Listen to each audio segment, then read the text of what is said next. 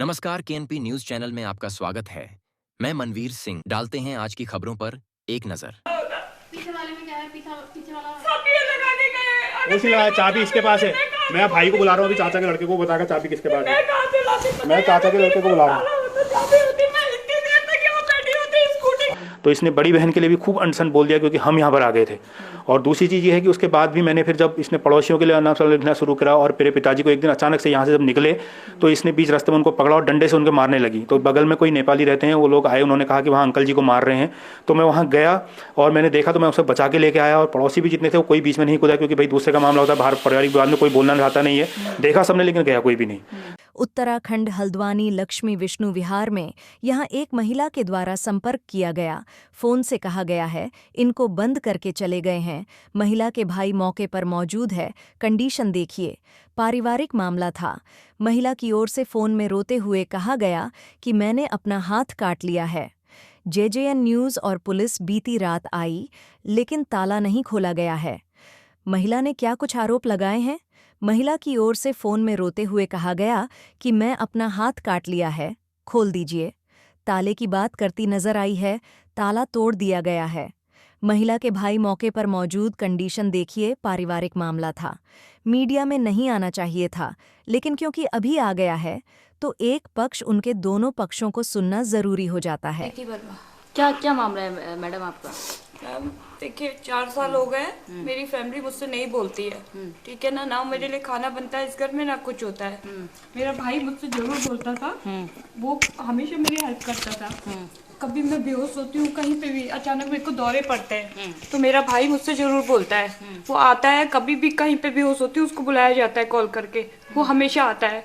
कल मैं 2 दिन से शांत थी, वो कल रात रूम पे आया, उसने बोला कि मेडिसिन क्यों नहीं खा रही है। मैं कुछ नहीं बोली तो गुस्से में भड़क गया। उसने चप्पल उठा के मुझे मारा और स्टूल उठा के भी मुझे मारा।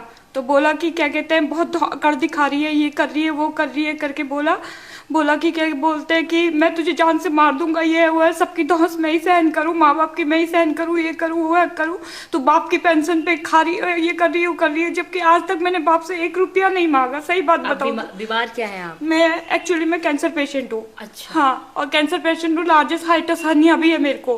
कैंसर पूरी तरह नहीं फैला है, यानी कि मतलब अभी वो है कि सिर्फ उसकी गांठें हैं, उसके साथ साथ मेरे को हर्निया हो गया है। और मैं सर्वाइकल पेशेंट हूँ, एलएस स्पाइन पेशेंट हूँ, मतलब मेरे को 5 बीमारियां है। सही बात बताऊँ तो पूरा आर्मी जानता है कि मेरे को क्या प्रॉब्लम है। आज वेडनेसडे को हमारा आर्मी बस डे होता है मैम। मेरा वहाँ से कॉल आया था कि मैम आप आ रहे हो। रात 11 बजे पुलिस आई थी यहाँ पे मुखानी थाने से। पुलिस ने यहाँ लॉक देखा और बोला कि क्या कहते हैं कि भैया को नंबर मांगा, मैंने भैया का नंबर दिया। भैया से बोला, वो पीछे शायद सिस्टर रहती है, उनके वहां चले गए। 5 साल पहले भी सिस्टर के कारण ही ये सब हुआ था कलेश। मेरे जीजू एक्सपायर हुए 4 सितंबर 2020 में कोरोना में। तो मैंने जीजू के लिए, दीदी के लिए कुछ बोला था, झूठ नहीं बोलूंगी मैम, कि एक कोई लड़का है उसके बारे में कुछ गलत बोला था। वो लड़का डेली आता था तो इसलिए बोला था।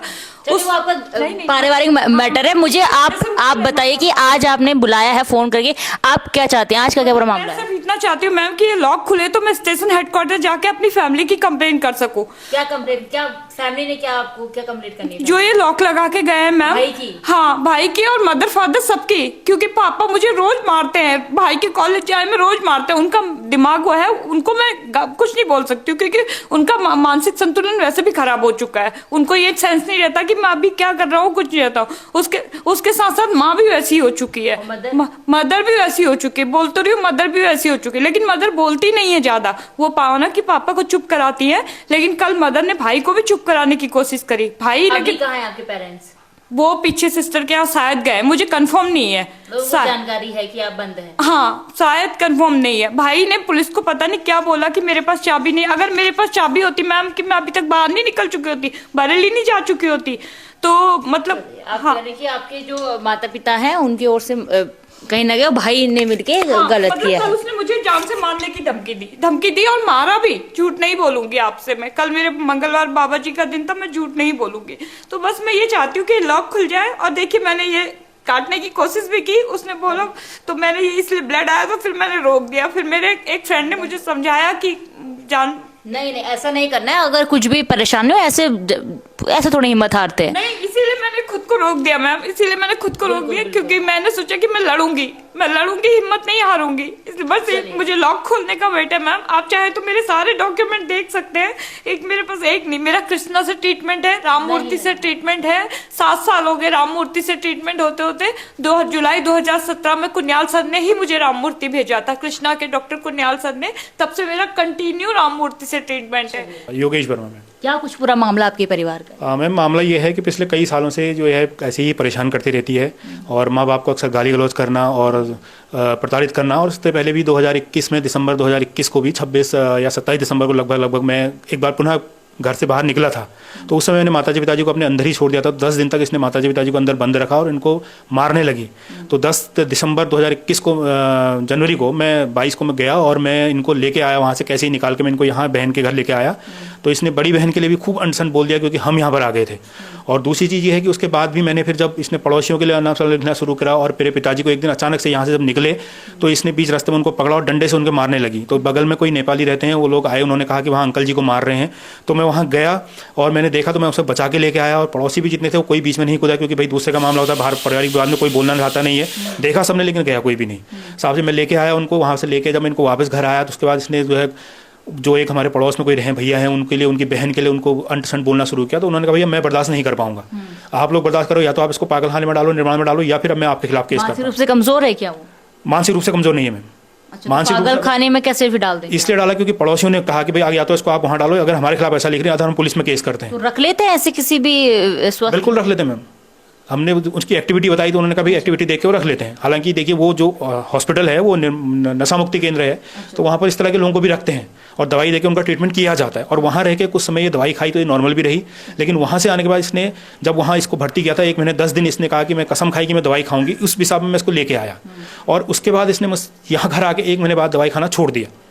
और दोबारा से इसकी वो एक्टिविटी दोबारा से इसका रोज़ का रोज़ होता था। और ये एक दिन की बात नहीं है, बहुत समय से चला हुआ आ रहा है। मैं रोज़ बर्दाश्त कर रहा हूँ और ऐसी ऐसी गालियाँ दी थी जो मैं यहाँ पर बोलना भी नहीं चाहूँगा। कल रात क्या कुछ हुआ था ये बताइए। कल रात भी ऐसे कोई बहुत बड़ी बात नहीं हुई थी। 3-4 दिन से ही कमरे में बंद थी और अक्सर ऐसा करती है, कमरे में बंद होती है, लाइट नहीं जलाना, कुछ नहीं चलाना। और मैं जब भी सुबह कॉलेज जाता हूँ इसको उठा के जाता हूँ कि भाई 8:30 हो गए, उठ जाना, ये कर लेना, कैसा कर लेना। इन लोगों को मम्मी पिताजी से कह के जाता हूँ कि आप लोग मत बात करना, रहने देना, मामला परिवार में जैसे भी शांत रहे, कोई दिक्कत नहीं है। तो कल भी जब 8:30 पौने 9 हो गए थे, नहीं उठी थी। मुझे मालूम था कि बुधवार को बरेली जाती है कभी कभी, तो मैं 8:35 में लगभग इसको उठाने के लिए गया। मैंने कहा उठ जा, तूने दवाई नहीं खाई। तो उसने एकदम हाथ झड़का छोड़ यहाँ से कहा और मैं चला गया। मैंने कहा सिर्फ मैंने इतना कहा, इतनी खुशामद करने के बाद भी भाई जब नहीं सुनते हो तो मैं क्या कर सकता हूँ किसी के लिए। तो ये अंदर से बोलना इसने स्टार्ट कर दिया। और जब बोला मैम तो फिर जाहिर सी बात है, जब एक पक्ष बोलेगा तो उससे को भी गुस्सा आना स्वाभाविक है। और माताजी पिताजी को 3 दिन से लगातार देख रहा हूँ गाली बकरी है कि किचन में नहीं आने दे रहे हैं। ये मेरी माताजी 76-77 साल की हैं भाई। किचन में वो रोज उसके हाथ कांपते हैं, पैर कांपते हैं, वो फिर भी रोटी बना रही है कि मैं अविवाहित हूँ, मेरी शादी नहीं है, 44 साल उम्र हो चुकी है, मेरी शादी नहीं हुई है। मैंने सिर्फ इस दुख से शादी नहीं की है कि भाई दूसरी की लड़की को मैं अपने घर में लेके आऊँगा तो वो बर्दाश्त नहीं कर पाएगी, क्योंकि मैं कर रहा हूँ। मैं कतई नहीं चाहूँगा कि मैं दूसरी की लड़की आए मेरे घर में, उसका जीवन बर्बाद हो। अच्छा, आप कह रहे कि वो खुद खाना बनाती है, जो आपकी बहन का कहना है कि आपकी माताजी अपनी बहन को रसोई में नहीं जाने देती है, ऐसा? जी बिल्कुल, उसने ऐसा कहा मेरे को, रसोई में जानती, लेकिन ऐसी कोई रिस्ट्रिक्शन नहीं है मैम। उसको काम करने में टाइम लगता है। आपने उनकी कंडीशन आपने देखी होगी, आप आए हैं तो उसको भाई 10 बज जाते हैं। 10 बजे बाद किचन फ्री है, आप जब आपको जो मन करता है आप बनाओ, आप खाओ, किसने आपको रोका है? तो ये सब बातें मनगढ़ंत हैं कि जो कह रही है, और कोई वो मानसिक रूप से वो नहीं है। वो बाहर में बिल्कुल नॉर्मल होती है, आर्मी कैंटीन जाके अपना सारा काम करती है, सामान लेके आती है, लोगों को देने जाती है, सब कुछ करती है। तो उस केवल घर वालों के लिए ही वो ऐसा व्यवहार क्यों करती है, मेरी भी समझ में आज तक नहीं आया। कुछ उनकी इच्छा है जो आप? इच्छा ये है मैम, उसका यही है कि वो अक्सर कहती है कि एक अंकल है, उन्होंने अपनी बेटी के नाम सारी पेंशन कर दी है। वो ये चाहती है कि पिताजी की जो पेंशन है मेरे नाम हो जाए, उनके जीते जी, ताकि कल कोई लफड़ा ना हो। और दूसरा ये कि मकान भी उसके नाम हो जाए, सब कुछ मेरे नाम हो जाए, और फिर ये है मेरे हिसाब से सब लोग चले। अच्छा, ये शुरुआत से ही ऐसी है कि कुछ हाल के साथ? शुरुआत से नहीं है मैम, अभी पिछले ये समझिए कि कम से कम 6-7 साल से ये बहुत ज़्यादा उग्र हो गई है। पहले भी इसका व्यवहार रहता था, ये अक्सर घर में मतलब नहीं बोलती थी, लेकिन ये था कि हंगामा नहीं करती थी। आपने मारपीट की क्या कल? नहीं, बिल्कुल मारपीट नहीं की मैम। और ये अक्सर पिछले 20 सालों से सुसाइड की धमकी देती कि मैं सुसाइड कर लूंगी, लेकिन करती कुछ नहीं है। उन्होंने ब्लेड से हाथ भी काटा, बताया ये बिल्कुल, ये हमेशा का है। कल भी रात को पुलिस वाले मेरे पास आए थे, रात 10:30-11 बजे वो यहाँ पर भी आए, दीदी के घर पे भी आए, और उन्होंने देखा भी। उन्होंने फिर रात मेरे को फिर दोबारा से फ़ोन किया कि भाई ऐसी वो कर रही है। तो मैंने उनको यही बोला कि सर अगर आत्महत्या करने वाली होंगी कल आपको पता चल जाएगा, हम भी यहीं आप भी यहीं। तो नतीजा आज आप लोगों के सामने आपने देख लिया है। लाइक, शेयर एंड सब्सक्राइब जरूर कीजिए। धन्यवाद, नमस्कार।